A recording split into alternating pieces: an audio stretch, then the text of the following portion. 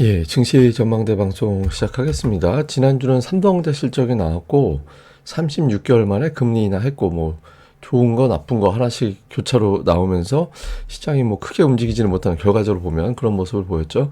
이번 주 같은 경우는 지난주에 나왔던 재료가 이제 본격적으로 반영이 되는지 뭐 우리나라가 채권지수 편입이 됐다라든가 금통에다 금리를 내렸다든가 이런 재료가 있었는데 지난주에는 제대로 반영이 안 됐거든요. 그래서 이번 주 좀 반영이 되는지 그리고 수급에서는 이제 외국인들이 매도하는데 기존에는 삼성전자 매도하고 그래도 매수하는 업종이 매도하는 업종보다 많고 그런 날이 덜어 있었거든요. 근데 지난주 후반에는 매도하는 업종이 좀 많아지는 그런 조짐이 좀 있었습니다.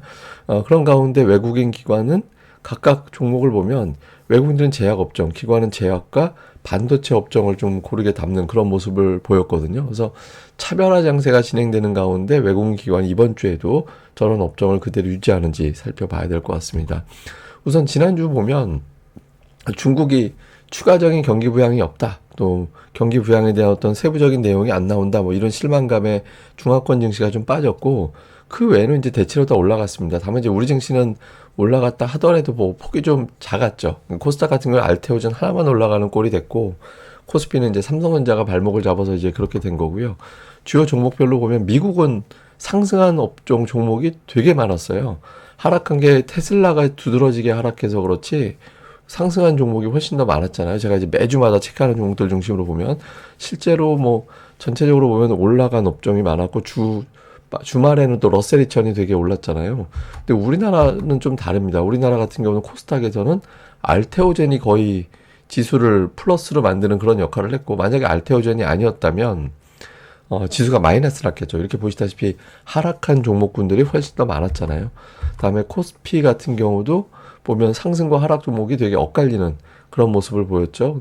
하이닉스 올라가고 자동차 올라가고 그렇게 올라가는데 반면에 중국 관련 기대치가 있었던 금호석이 빠지고 조선주 최근에 좀 조선주 관련된 이슈가 있어서 좀 빠지고 그리고 삼성전자가 무엇보다 빠지면서 전체적으로 지수를 좀 발목 잡는 그런 역할을 했습니다. 그러니까 코스닥도 그렇고 코스피도 그렇고 종목별 차이가 좀 두드러지게 나는 뭐 일제히 올라간다 내려간다 그런 흐름이 나오지 않는 그런 양상인데 이건 잠시 후에 또 설명을 드릴 겁니다. 그래서 지난주 주요 종목들의 특징을 보면 미국은 테슬라가 하락하고 상승 종목이 좀 확산되는 그런 모습을 보였고요. 우리나라는 코스닥 시장이 알테오젠이 올라가서 지수를 플러스 만들어 놓는 결과적으로 보면 알테오젠 개인기로 지수를 이제 강보합으로 만들어냈다 이렇게 볼 수 있겠고 코스피의 특징은 삼성전자와 SK하이닉스의 디커플링 서로 다른 움직임이 나오고 있고 중국 소비 관련주가 약세를 보인 게 지난주 종목들의 특징이었습니다.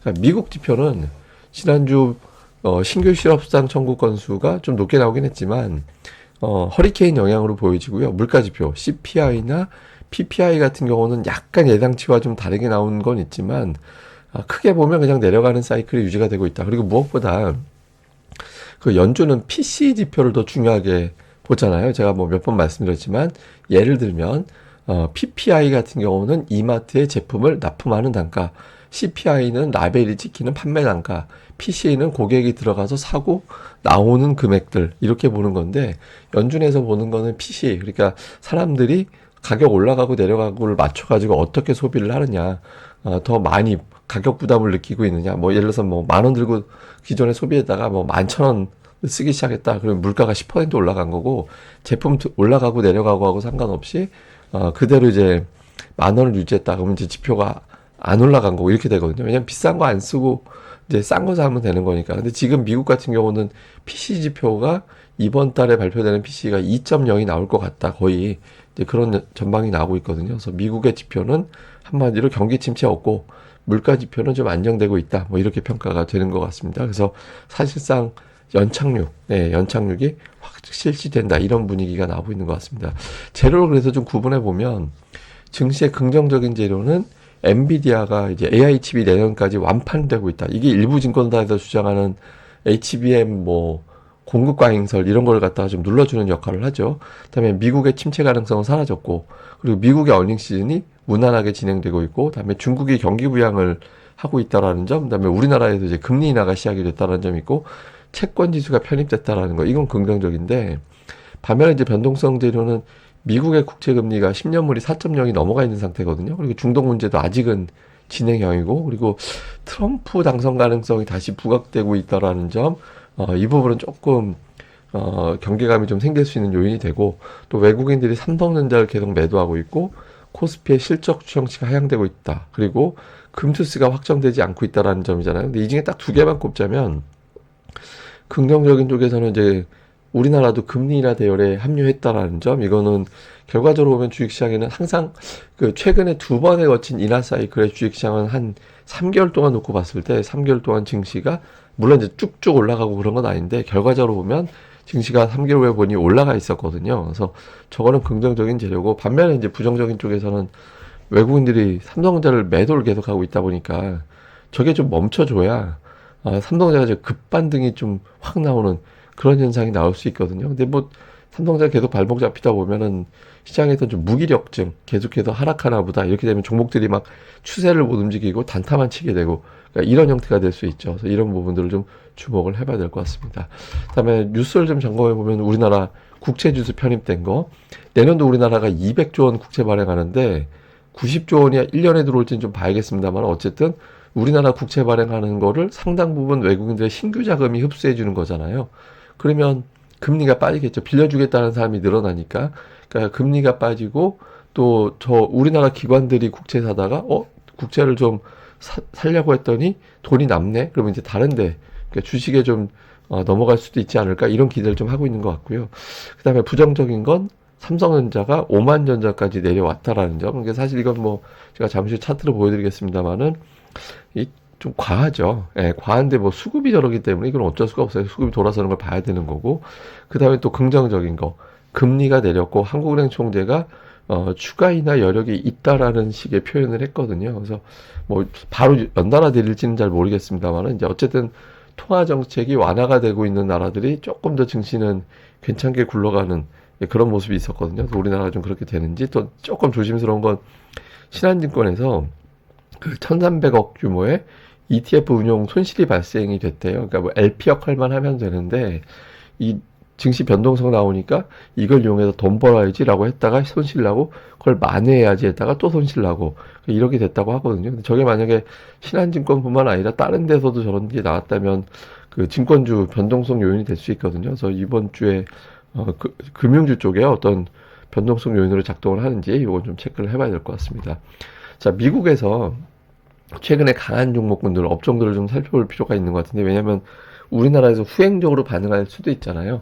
그러니까 의류 종목 중에 하나, 폴로로 알프로렌이 미국에서 추세적으로 보면 꾸준하게 올라가면서 은근히 이제 고점을 경신하는 그런 패턴이 나오고 있고, 캐터필러 같은 경우도 은근히 계속 올라가요.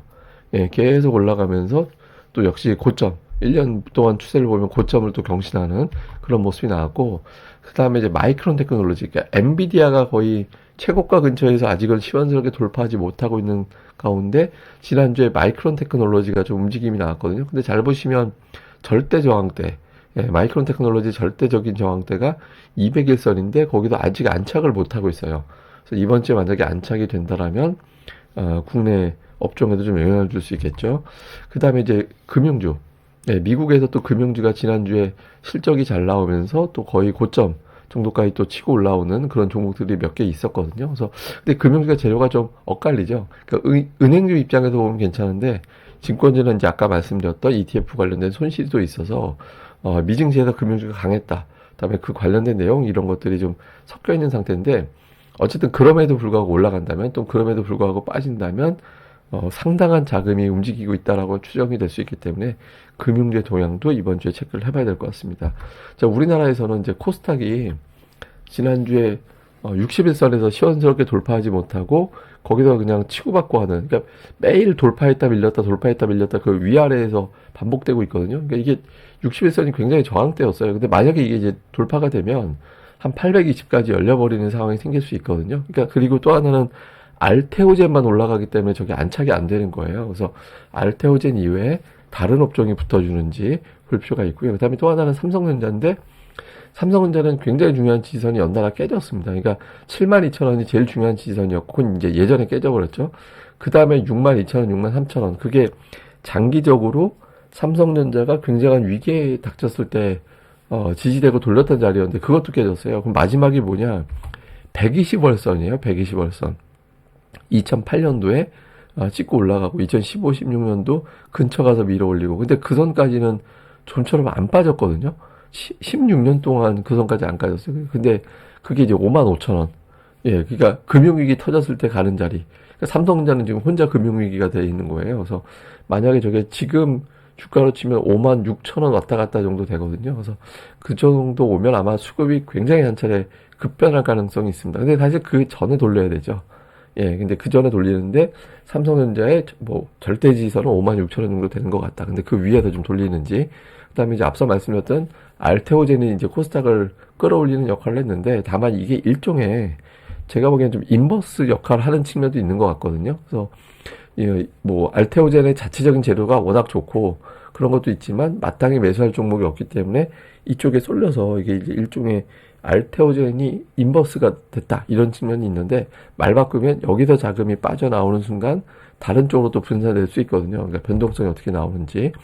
그 다음에 이제 반도체주들이 최근에 기관들의 매수가 좀 꾸준하게 유입이 되는 종목들인데 이게 제일 강한 걸 제가 쭉 검색해 보니까 HPSP가 제일 강하더라고요. 근데 이게 61선에서 돌파하면서 이제 치고받고 하다가 이제 쭉 하고 양봉이 뽑혀 나오는 그런 모습이 나왔거든요. 그래서 이게 여기서 지난번 7월 같이 뚝 하고 떨어지는 게 아니라 여기서 더 밀어붙여서 35,000원 정도까지 가버리면 다른 종목이 되게 분발하는 그런 계기가 될 수 있습니다. 그래서 종목들의 어떤 변동성, 추이, 이것도 좀 잘 봐야 될 것 같습니다.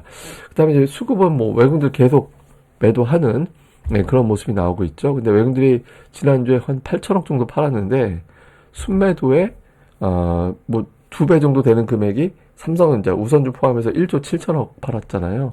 예, 근데 팔고 있고 그래서 삼성전자 여전히 집중되고 있습니다만 지난주 금요일 같은 경우는 매도한 업종이 되게 많아졌어요. 그래서 삼성전자만 팔다가 다른 종목도 파는 이제 그런 모습이 나는데 그게 자주 되면 안 되죠. 그러니까 제가 뭐 여러 번 말씀드리지만 삼성전자만 팔다가 삼성전자도 매수로 바뀌면 그게 최선인데 최악의 경우는 삼성전자만 팔다가 다른 것까지 파는 그런 상황이 생기면 최악이 되거든요. 근데 뭐 아직 뭐 지난주 하루만 가지고는 그렇게 단정할 수는 없습니다만 이제 이번 주에 다시 좀 뭐 금리 인하라든가 이런 재료와 함께 돌아서게 되는지 반면에 또 매수는 하이닉스 3천억 매수로 바뀌었고 뭐 금융주 자동차 이런 것들을 좀 샀습니다. 그리고 코스닥 쪽을 저는 계속 주목을 하는데 기관 같은 경우는 코스닥에서 업종이 되게 심플해졌어요.